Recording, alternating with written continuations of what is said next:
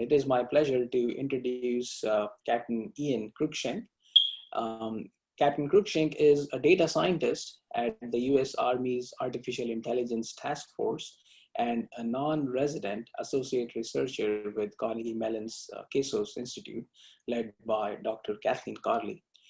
Iain holds a Bachelor of Science from the United States Military Academy and a Master's of Science from the University of Edinburgh, which was obtained as a Rotary Ambassadorial Scholar. He is a recent graduate of the Doctor of Philosophy and Societal Computing program at Carnegie Mellon University, where he was a National Science Foundation Graduate Research Fellow.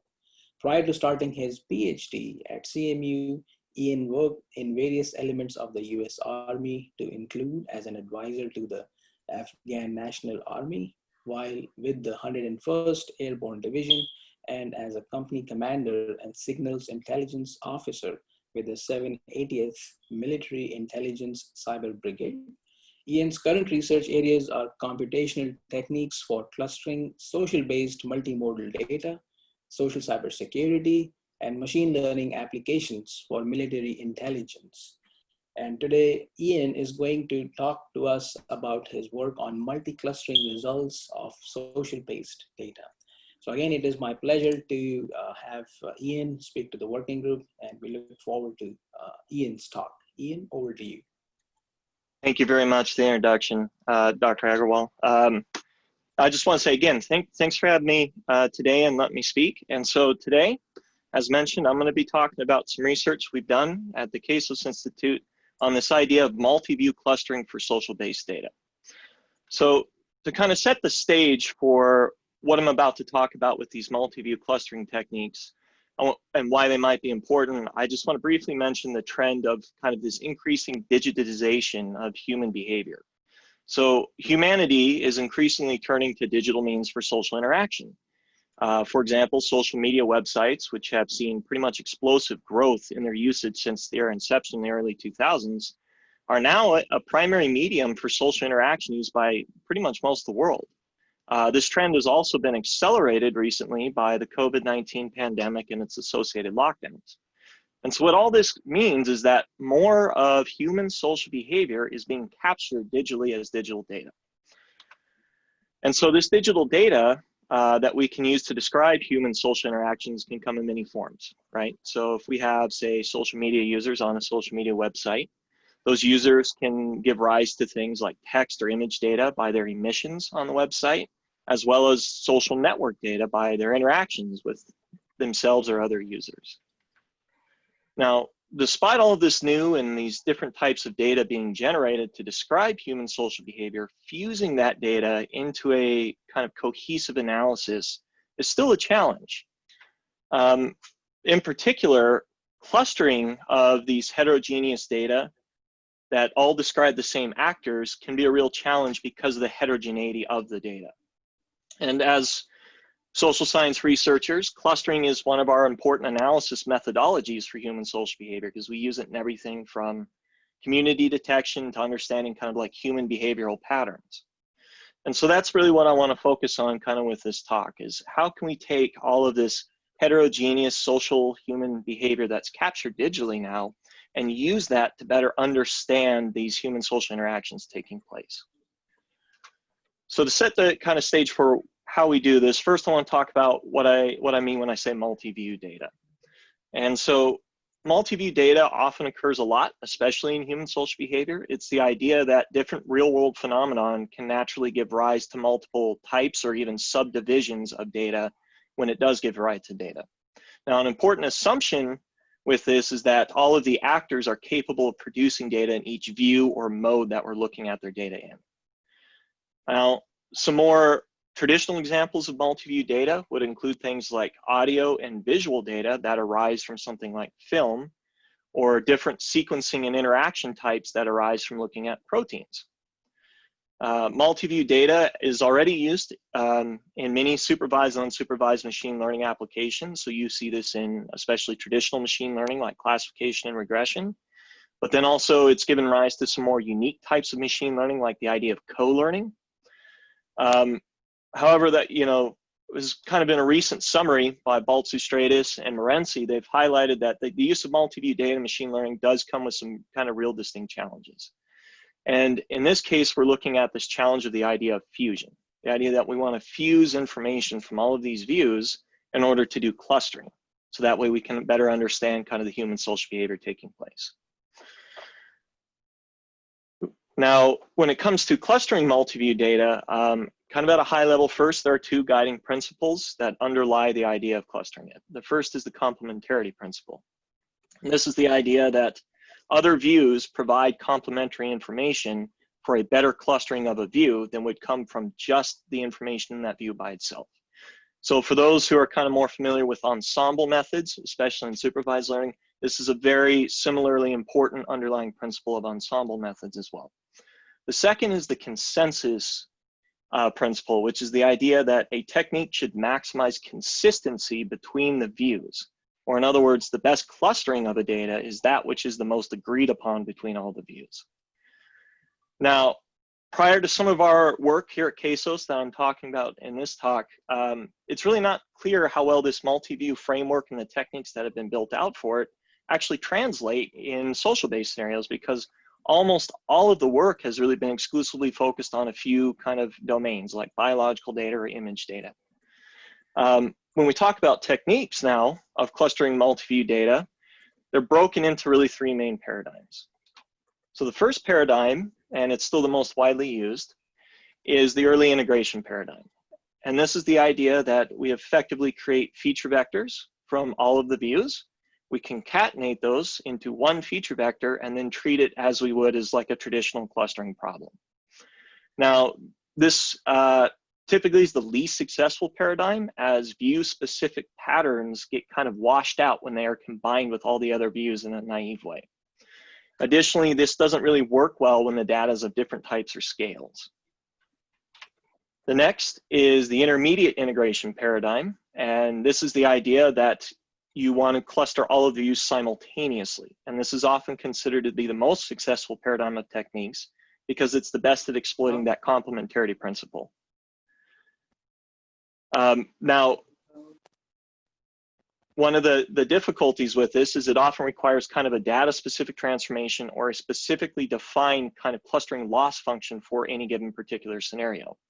And so this raises issues with its ability to work in more than one data domain, or even when there are violations to the assumptions that underlie the clustering goodness function for a given domain. And they can often be pretty computationally expensive as well. The third paradigm is the late integration paradigm, and this is the adaptation of the idea of cluster ensembling to multi-view data. And so in this case, we cluster each of the views independently using whatever technique is appropriate for the data of that view, and then you ensemble those clusterings together to get out the multi-view clustering. Now, this has a wide applicability to all kinds of data domains, because as long as the data can be clustered by something, then you can incorporate it into your multi-view framework. And it can also be parallelized to some degree as well, because you can cluster each of the views independently and in parallel. While these techniques often produce clusterings that are definitely better than early integration, they're generally not considered as good as intermediate integration. And this comes from the fact that when you cluster each of the views independently, some of that complementary information that could aid in the clustering is lost. Now, it is worth mentioning there are some techniques that would be classified as multi-view community or multi-view clustering techniques within community detection social networks already. So these would be things like multiplex network clustering, where we have multiple networks defined over the same set of nodes, and you want to typically find one clustering from all of those networks. There's multi-layer network clustering, which is sort of a more generalized version of multiplex, in that the clusters can actually vary between the views or layers. And then attributed network clustering, where now you have a network, but then also some kind of data about each of the nodes, and you want to use that data to inform the network clustering. This idea has also kind of been expanded out into more computational techniques like graph convolution networks. The one thing you'll notice here, though, is the key limitation of these techniques is they're limited to either all network views or one network and one network view. They don't inherently work on situations where you could have multiple network and non-network views. So they're not quite as ubiquitous in the data they can tackle. As part of our work on multi-view clustering, especially with social-based data, one of the big things we realize is, well, clustering social-based data is actually pretty hard, especially from a multi-view paradigm. And there's a lot of things that give difficulties within the social-based realm that just doesn't happen for things like images or genetic data, for instance. So for instance, techniques are often only designed for network or non-network views, but not both. We often see within social-based scenarios that there will be some actors that don't engage in activities in certain of the views. And so you could think of this as like if we were looking at Twitter data and you have some tweeters that never retweet. So if I was to form a retweet network, they would inherently be isolates and you couldn't really cluster them with that network. Additionally, the view topologies or the view network topologies can be wildly different from each other. So for instance, if I create a k-nearest neighbor network off the text, it's going to have a very different topology in terms of density, connectivity, number of components than say a friends network might of the same exact actors. And then one of the great difficulties as well is with social-based data is we know that humans are kind of a complex organism and they can often belong to more than one social circle or more than one possible group. And so when we're looking at what types of behavior or interactions we need to use to characterize them into something, say, communities or usage patterns, it's not always clear what is the right views to select for a given clustering that you're looking for. So as a means of kind of addressing this, within the CASOS Institute, we built out a kind of new technique in multi-view clustering, and it's specifically designed for social-based data. So to begin with this new multi-view clustering technique, we first had to devise a means of describing clusters in social-based multi-view data.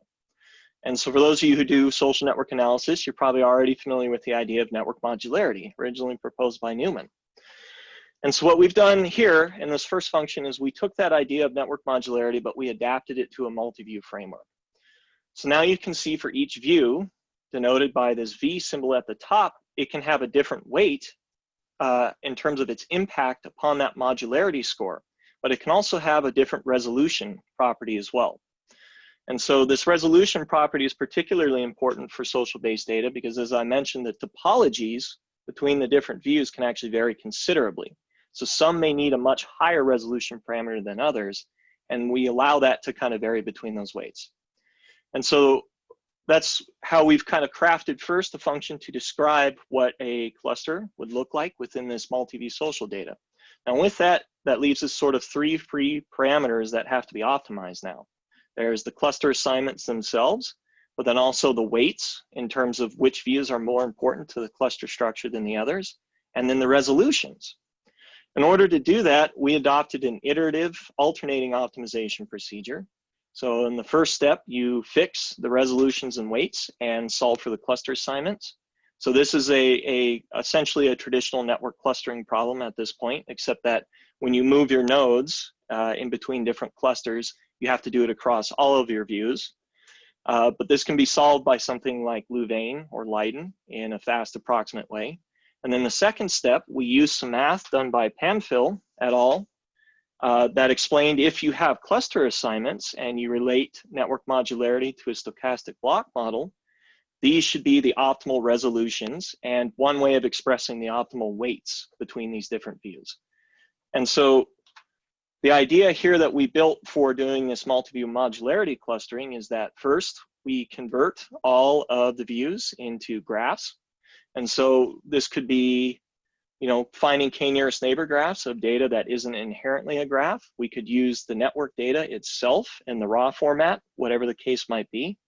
And then from there, we use that iterative optimization scheme, iterative alternating optimization scheme to find that clustering solution, which gives us the highest weighted resolution corrected modularity. And so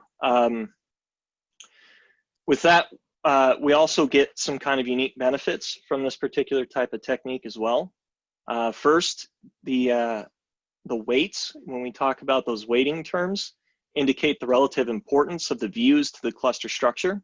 So this can be kind of handy when you're looking back at your data and saying, well, what views are the most important to, say, the community or to these usage patterns with how users use things? Well, you can look at the relative difference in the weights. Those that are higher weighted are more important to the cluster structure.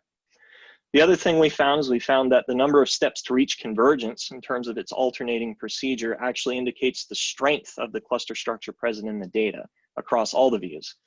And we found empirically that this holds not only for, say, our particular technique, but also across any multi-view clustering technique that we sampled and used. So it has some very nice properties in terms of helping you understand the data.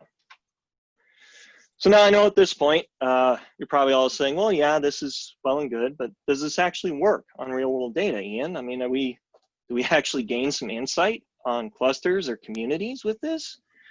And so for this part, I want to dive into actually working with some real world data with multi-view clustering. So the first one we took a look at was clustering hashtags in order to understand Twitter discussions. So for those who are unfamiliar, hashtags began on Twitter in 2007, but they've spread to various social media platforms at this point. And they're generally used as a means for users to find discussions of interest or create or contribute to discussions. So what we wanted to look at is, are there clusters of hashtag usage that could represent sort of broad discussion topical groups? And are these topical groups sort of shifting over time within the COVID-19 outbreak data? So to do this, again, we kind of used a multi-view clustering of the data set. Now, first to start out with the data we were looking at here, this was COVID-19 Twitter data. For this particular study, we collected data at the CASOS group internally from 1 February through 30 April, and it had about 300 million tweets that have on average about 45,000 unique hashtags per day. There are a relatively high number of tweets that feature hashtags, around 50% on average, as well as users that use at least one hashtag on a given day. It's about 40% on average. But you can see in these bottom two charts here, the ratios of tweets featuring hashtags as well as users using hashtags actually does vary pretty considerably over the time span of collection. Despite the variations in usage, however, the number of unique hashtags almost continually increases over the entire time period. So there's a lot more these topical hashtag things becoming more and more a part of the conversation as the pandemic went kind of from its very early stages into, I guess, what we would now consider the early stage, given how long it's gone on. So there are some distinct variations in the data to begin with. Now, in order to multi-view cluster this data, we did some data processing. First, we broke the tweets into daily collections.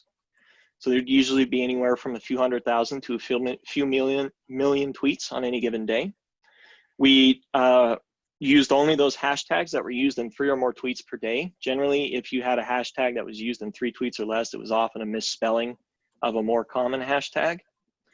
And then in order to really leverage this multi-view clustering idea, we thought of 4 views to look at how hashtags are used. And these are kind of come out of the literature of hashtag topical clustering. The first was the tweet text that occurs with the hashtag. This is actually a common way to cluster hashtags, or do something like hashtag recommendation. The next was the other hashtags that co-occur within a tweet with a hashtag. Then we looked at the URLs, so this would be the websites that co-occur with hashtags in their given tweets. And finally, we created a hashtag to hashtag shared users network. And this is also another common way of clustering hashtags in the literature, is looking at the shared users between them. Now, for the first step in the MDMC procedure here, we used a very simple technique of creating k-nearest neighbor graphs of the non-network data. And so in this case, we just measured the cosine similarity between 2 different hashtags, kind of, so you can imagine their data set. So if I had a hashtag by users, I would measure the cosine similarity between 2 hashtags and their user bases. And then from there, we set K in terms of the number of links by the established heuristic of the square root of the number of hashtags present, and then symmetrized it, as is often done in spectral clustering methods. When we clustered each day's set of hashtags, we typically found around 80 hashtag clusters, any of these topical clusters on any given day, although you can see this actually can vary considerably between day to day. Generally speaking, though, we see kind of another temporal trend like we saw within the data itself. We see clusters that start small and are many in number, so many small little hashtag topical clusters, and then they kind of steadily grow in size with now a lot more variance in the size of the clusters within the data as well. But the thing that we kind of noticed was, well, there's these distinct temporal regions we're seeing again. So can we measure this? And so what we did was we looked at the pairwise adjusted RAND index between each day's cluster and every other day's clusters.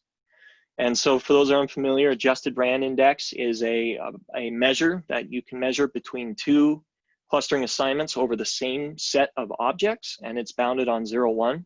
So it can be used as a similarity, as a way of expressing similarity between two clustering solutions on the same set of objects. And what we found when we looked at this is we found, yeah, there are just some distinct periods of time where the clusters are very much similar to each other on those days. So up in the top left, you'll see in February, all those kinds of clusters that occurred on topical hashtag usage were very similar. And then again, later on, towards the month of April, we see that kind of similar pattern emerging. So using this knowledge that there are, 3 time periods of clusters, we then use cluster ensembling to produce the meta clusters for those time periods based upon the daily clusterings. So in essence, what we did was we created a prototypical clustering solution for each of the 3 time periods.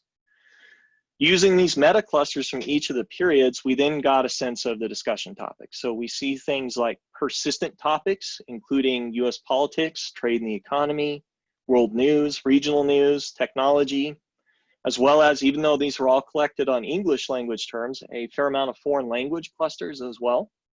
But then the things that were also kind of interesting was there were some topical clusters of hashtag usage that are sort of unique to different time periods.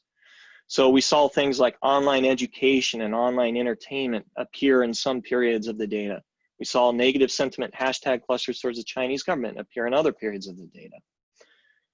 And so this got us thinking in terms of, well, let's look at these clusters a little bit more to understand this behavior that's occurring with these hashtag groups. And so to begin the analysis of these topical hashtag clusters, we first analyzed the user bases of the different clusters. So in particular, we looked at how much overlap in terms of the users there was for all of the hashtags present within the clusters. So in other words, if we had a small amount of users using all of those hashtags, it would have a very low overlap score. And so we found some topical areas tend to have less diverse user bases, meaning most of the hashtag usage was done by a relatively small number of users.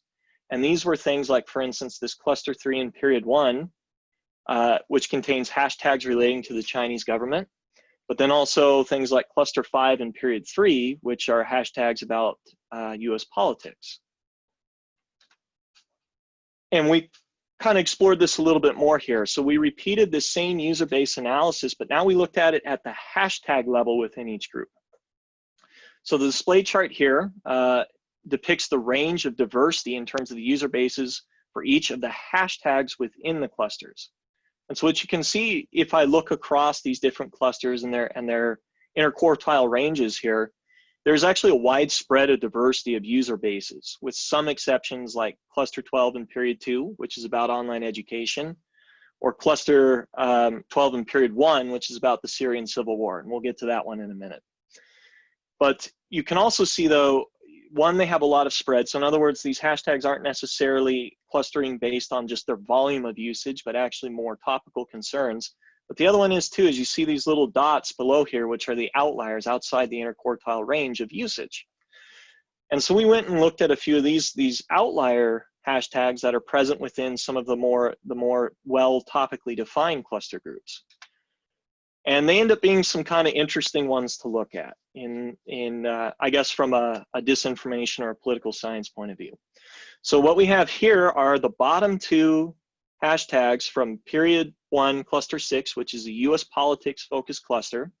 And so these are, as you can see here, 2 hashtags where they're used, over 150 times between the both of them, but only by one user. And in fact, it's the same user between both hashtags. It's this Bear Witness Central website here. We see kind of similar things as well. So, or in some of the other time periods and clusters as well. So this is second period, cluster 7, which is generally related to science. There's a lot of hashtags about science related topics here. And this one we see as this particular hashtag called coronavirus reports.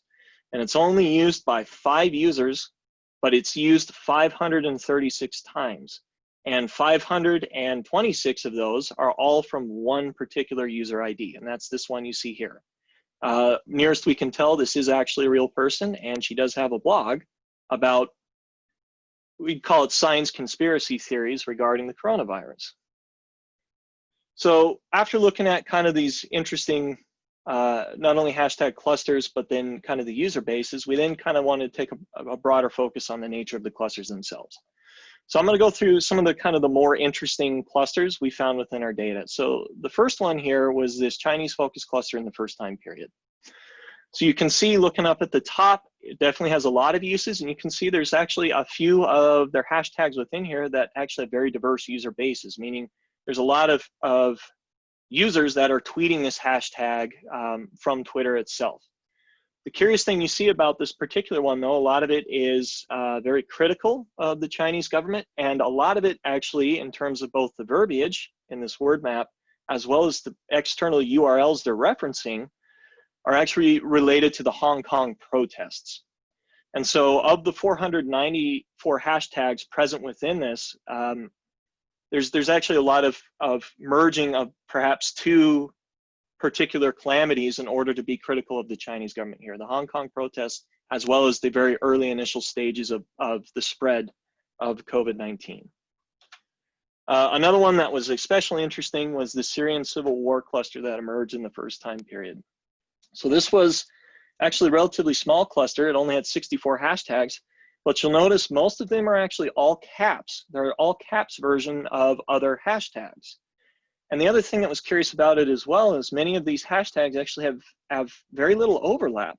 Even on the low end, when you look at, say, Assad genocide or Assad torture, there's still not all that much overlap in terms of the users who are tweeting them. But then when you go to the text, you can see it's overwhelmingly dominated by this idea of, click this link to see the struggles in Syria or something like that, and it links to these websites that are, detailing often kind of graphic things about the Syrian civil war. And so the nearest we kind of looked at this is that this may have been orchestrated, but it's difficult to say as a mean. They've used people looking for information about something like COVID-19 or the pandemic in order to draw interest to their particular view of the Syrian civil war. The thing that was particularly also interesting from a technique standpoint is, like I mentioned, there was very little overlap in the user bases between the hashtags being used. And so if I was to say analyze these hashtag clusters by something like a hashtag to hashtag shared users network, odds are good this cluster would not have been found because they are used by a diverse user base. But again, we look at the text and the websites, and there's a very strong, distinct theme within this particular cluster. The other thing we noticed as well, looking at these clusters, is that even the ones that are persistent over time change. And so we saw this particularly with the US politics cluster. So in the first time period, which is again around February, you can see that there's a little bit more diversity in the types of hashtags being used. There's definitely some on the right side of the spectrum, but there's some on the left side of the spectrum. There's a lot of the text that's relating to an external focus, like talking about the spread from China, it's originated in China, it's spreading, that kind of thing. But as we move into the third time period, into April, the nature of the US politics cluster actually does kind of shift. And so what we're seeing now is not only more of a dominating voice coming from hashtags that would be associated with the right side of the political spectrum, but a lot more that are actually associated with full-on conspiracy theory groups like QAnon, as well as kind of more inflammatory hashtags, as you can kind of read with some of the ones in here. What's also we see too is the shifting of the verbiage changed as well. It went from this external focus talking about the spread and sort of blaming the Chinese for it to a very internal focus that's focused a lot on personalities. So you can think like Bill Gates, Donald Trump, the president, these kinds of things. And the conversation kind of turns inward, which is interesting to watch as well as this particular cluster evolved. Now, just want to talk about one other project here as we wrap this up, but we also wanted to take this idea and look at URLs, or Uniform Resource Locators, in this COVID-19 data. So for those who are more familiar with these kinds of things or are not, URLs or external websites, particularly things like YouTube or some of the alternative news ecosystem, are often tweeted or used in social media as like evidence of a claim, right? We may say that, aha, see, I told you that vaccines are fake, or whatever the case might be. Look at this news article, or look at this YouTube video, and they post these. So we wanted to do the same kind of clustering analysis, but take it from a multi-view standpoint to see if we can get better understanding of how these social media users on Twitter are using URLs and in what kind of contexts. And so this is just kind of our current work that's kind of going on right now. But we took the top 50,000 most URLs in the COVID-19 Twitter data, but in this case, we took it from 29 January to 22 June, and we created 3 views in order to look at how these URLs are being used. First, the text that co-occurs with the URL in the tweet, but then we also separated out the user base into those that tweet it, like organically tweet it, or those who are just retweeting a tweet that happens to mention it. There's been some recent research showing that those 2 behaviors actually have qualitatively different meanings. And so we actually separated those out into 2 for this particular study. What we found is once we did the clustering, you can see that it's about 98.9% of all URLs break into 3 distinct clusters. And then there's about 60 or so, 68, 70 outlier clusters that frankly just didn't have enough overlap in things like user base or text to actually be assessed into one of the 3 major clusters. So with that, we went ahead and said, well, what's the nature of these kind of 3 URL clusters? And so we happen to have at the CASOS Institute, done by very laborious work by researchers there, they put together a series of different labelings for different domains that these URLs can come from. And so these labelings are based on everything from fact-checking websites to previous publications, all this kind of stuff. And they kind of detail, like for instance, for news type, if it's one of these black fake news websites versus one that will spread conspiracy theories. We looked at the biases in the domain in terms of their political biases, or whether they're pro-science or conspiracy theory, as well as factual ratings. Is this a domain that tends to publish high quality material or low quality material, that kind of thing. And what we see was that what we know of, at least for the known domains, they do not break down uniformly across the 3 clusters.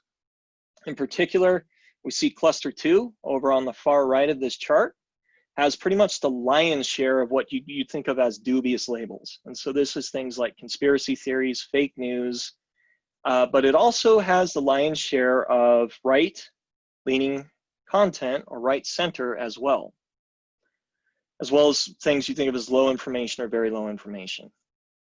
And so looking at that a step further, we then looked at, well, what kind of verbiage occurs with these URLs in the tweets. And so when we look at cluster 0, which tended to have most of the left-leaning biased domains within it, you see a lot of things focused around the White House and President Trump, almost exclusively about his actions regarding COVID-19, or the White House's actions with it. In cluster 1, which was sort of a very neutral cluster in a lot of ways, although it did tend to have most of the pro-science of what we identified as domains as being pro-science, a little bit more diffuse conversation. There's a lot of it talking about COVID-19 in the United Kingdom. But then there's also a lot of it about what various groups are doing to help fight COVID-19, or what you can do to help fight COVID-19. And then finally, there's cluster 2, which held sort of the lion's share of kind of conspiracy theory, fake news, as well as right-leaning content. And you see a lot of it is focused around personalities again. So we have President Trump, Bill Gates, Dr. Fauci all file into this. There's a lot of it that are kind of special interest stories about things like nursing homes being locked down. And then a lot of it, again, that kind of points at either the Chinese fault in their spread of the coronavirus or their actions, the recent actions in Hong Kong. Now, this is ongoing research, and so one of the other things we noticed recently as well is the use of link shorteners was actually not uniform across these different clusters. And so for those who are unfamiliar, link shorteners, so this would be things like Outlier, Bitly, Buffly, are actually billed as a marketing device to essentially shorten long, ugly links so that they look more attractive and are more likely to get clicked on. There should be nothing kind of a priori that would say that you know, one particular set of domain labels should be using more link shorteners or others. But what we did find is that there are some link shorteners that tend to be used with some content versus other content, which was kind of interesting. So for instance, we see things like Outlier and Buffly link shortening services are used a lot more in that cluster too than they are in some of the other clusters. Our current working theory as to why this might be is some news sites actually do routinely use certain link shortening services as almost like a business agreement in order to better promote their content. But we actually don't know quite why that is. And this is something we're kind of looking at within our current research. So with that, you know, I just again want to thank you all for the chance to come and speak today. And just to highlight again that we're, you know, this concept of multi-view clustering for social-based data is kind of a new area, and there are certainly a lot of challenges still to be tackled within it, but it does show not only kind of in theory, but also in practice from some real work we've done, a lot of promise for helping us to better characterize and understand our human social behavior. So thank you very much.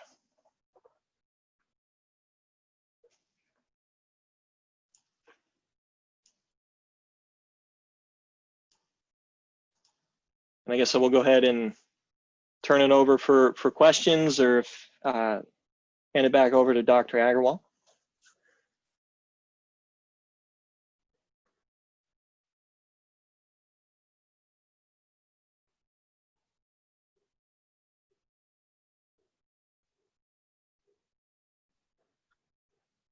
So I have a question for you. Sure. Beyond the example you gave, what are some other areas where you think that this type of clustering would be extremely valuable and open up new research directions? It's a good question. So some of the other areas we're investigating right now are looking at things like clustering users as well, instead of just social media artifacts. One of the other areas we kind of hope, you know, that might be interesting to look at is being able to blend some of the data from online and offline data, right? In the sense that sometimes we have very rich descriptive offline data and surveys or behavioral studies. Can we more seamlessly blend that with people's online personas to get more cohesive view of kind of how these people could be characterized? The other thing that was kind of interest to look at as well, so we developed these techniques for human social behavior, right? The field of multi-view clustering has generally focused in on image clustering and genetic data. It's not really known that if we take these techniques we built for human social behavior, if they can actually work in wider domains. Like if I backport this to the original domains that gave rise to the field, does it actually get superior performance there? And that's kind of another potential area to look at with this. And there's a question in the chat that says, how did you vectorize tweets and hashtags? So for the hashtags out of the tweets, what we did to create the vector is the same way as if you were dealing with text.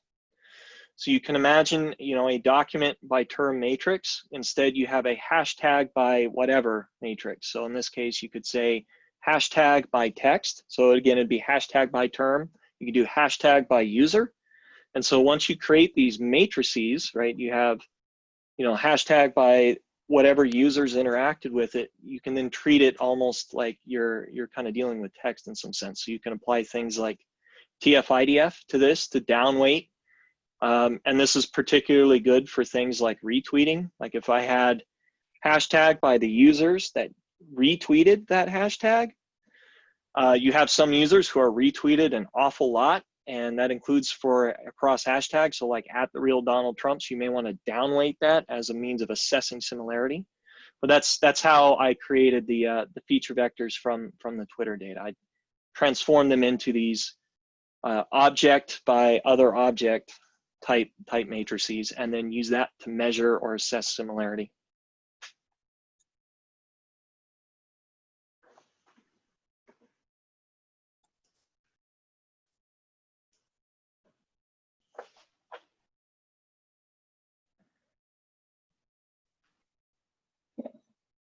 Hi, Ian. Thanks for the presentation. I just have a quick question. I know you referenced this PAMPhil et al. In terms of determining these weights, but just looking at the optimization, it seems that you're trying to maximize modularity with the weighting. It may select almost zero weights on some views, right? And that could be a solution. Is there a way to go back and say, okay, I have this clustering for this particular weighting, find a weighting that now emphasizes the other views that were down weighted? It's related to your ensemble clustering, but I guess I didn't quite understand how much the consensus versus complementarian approach was taken with this. Yeah, so no, you bring up there's a couple of good points in that. So the first one is this concept of auto weighting, right? Like determining which views should be considered more important is not a new one. It's actually used predominantly in the spectral multi-view clustering. Now, the big problem with translating that over to social-based data comes with the fact that there are often disconnects or isolates or disconnected components in the real-world data. When I'm looking at the first couple eigenvectors, right? If I'm doing a spectral clustering like Ian, Weiss, and Jordan style, you know that the number of non-zero eigenvalues is going to relate to the number of components within it, and so it can be hard to get out the right eigenvectors if you have a lot of disconnects in the first place. The other problem we've seen though too is that oftentimes what you don't want to, you want to avoid prematurely letting a particular view go to zero right away. And the reason being is that sometimes that view actually does contain some kind of useful information in it. You don't want to wipe it out instantly. You want to, have a little bit, let that kind of stay in there and get you some information from it. So a lot of these kind of more aggressive auto weighting schemes, especially out of the spectral community, will tend to auto weight a lot of a view, especially if it's disconnected, instantly to zero, and you end up losing a lot of good stuff that would help define that community structure.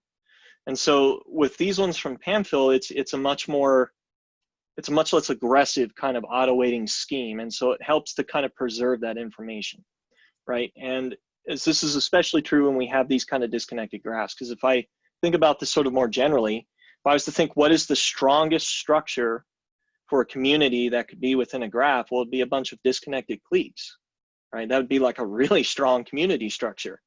But if I was too aggressive in auto weighting these things, especially from a spectral framework, that has a lot of disconnects in it, I might actually discard that information and lose that.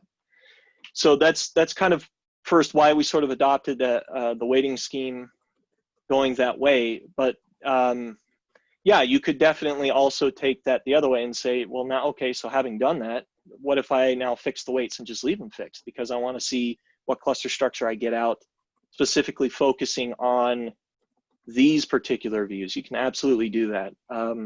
I focused on the setup where a priori you're not sure which particular views you want to emphasize or which particular views are important.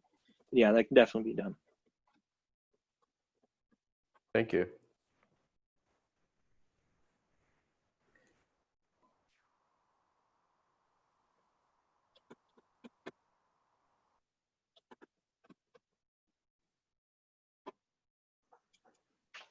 Iain, can you speak for a moment about what you think the policy implications of your findings might be?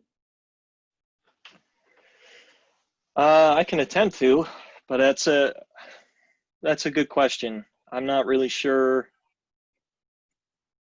kind of what the policy implications should be. What I would say from these findings is maybe we've got some avenues of research that could help inform policy more. Like we know, for instance, the concept of hashtag hijacking, right? Like, hostile actors will try to take over a hashtag in a conversation. I think from some of this research and looking at it in a clustering standpoint, we've maybe come across more techniques for how they do that. And so that can be kind of incorporated into how now they can take this and inform policy about what should be done about hostile actors taking these viewpoints. It's, that's been something I've been thinking about, but I definitely do not have a good answer for you know, supposing we do know that these conversations, like we saw within the COVID data, shift in the politics sphere from one of being maybe more healthy political dialogue to one that's become conspiracy theory dominated and less healthy, I don't know what that would mean for what we should do about it, but it's definitely there. So I don't really have a good answer for you on that one. Thank you.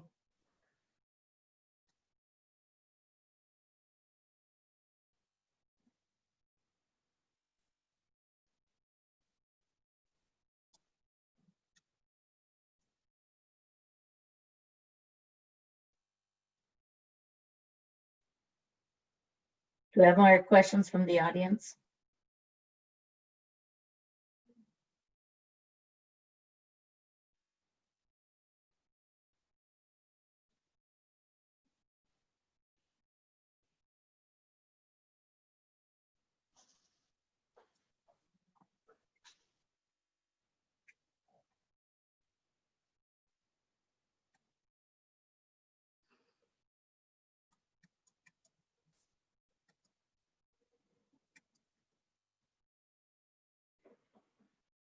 Okay, well, just in case, please, you know, let me scroll back up to my title slide. If folks, if you have questions that come up later, please do shoot me an email or something. I'm always happy to answer questions, or if you have comments about things, love to hear them. So please don't hesitate to reach out and send me an email.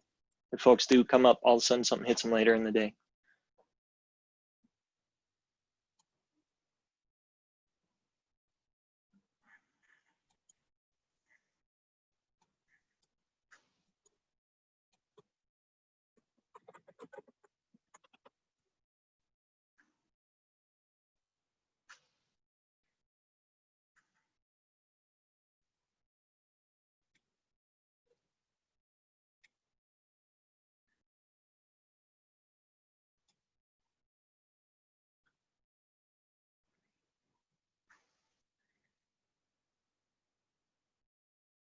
Right, awesome. So in terms of general announcements to the group, you know, we've got a good upcoming schedule of talks, so please stay tuned for those. The other thing I want to point everyone to is the, if you haven't already and are interested in it, SBP BRIMS registration is open, and we would welcome you coming and attending that. There will be a session at that on COVID-19. There is the disinformation challenge that is going on at that, and that will be posted online. And the entire conference, of course, is virtual this year. The other thing I'll alert you to is that in late October, there will be a disinformation conference at Carnegie Mellon. It will also be virtual.